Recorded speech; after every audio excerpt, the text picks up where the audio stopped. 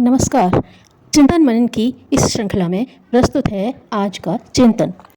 धर्म में विवेक का समावेश अनिवार्य। ऋषि दयानंद धर्म जागरण के कार्य में लगे। उन्होंने धर्म के नाम पर पाखंड रचने वालों को बहुत समझाया। फिर भी जब बात बनती नहीं दिखाई दी तो वे रूढ़िवादिता, पौगापंथियों के विरुद्ध बगावत की एवं वैदिक मान्यताओं के आधार पर धर्म के प्रचार प्रसार पर बल दिया।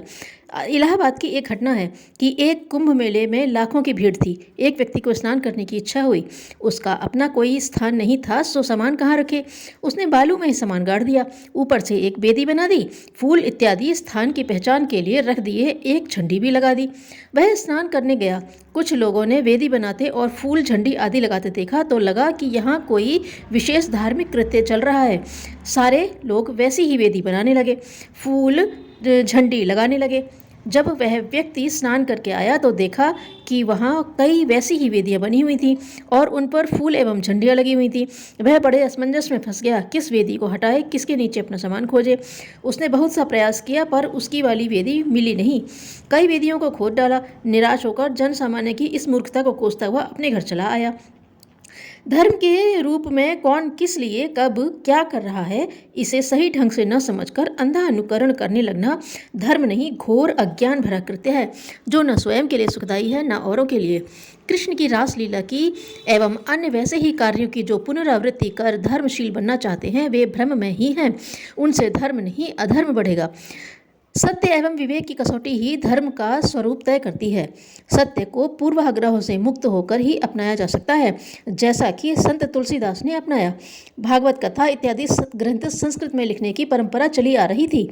समय की आवश्यकता देखते हुए संत ने हिंदी में राम कथा लिखने का निर्णय लिया। इस कार्य से कुपित तत्कालीन पंडितों ने घोर जाति बहिष्कार से लेकर प्रत्यक्ष एवं परोक्ष अनेक यातनाएं देने के प्रयास किए। तुलसीदास जी ने कहा, यह सत्य है कि अभी तक राम कथा संस्कृत में लिखी गई, पर यह भी सत्य है कि अब आम लोग संस्कृत नहीं समझते।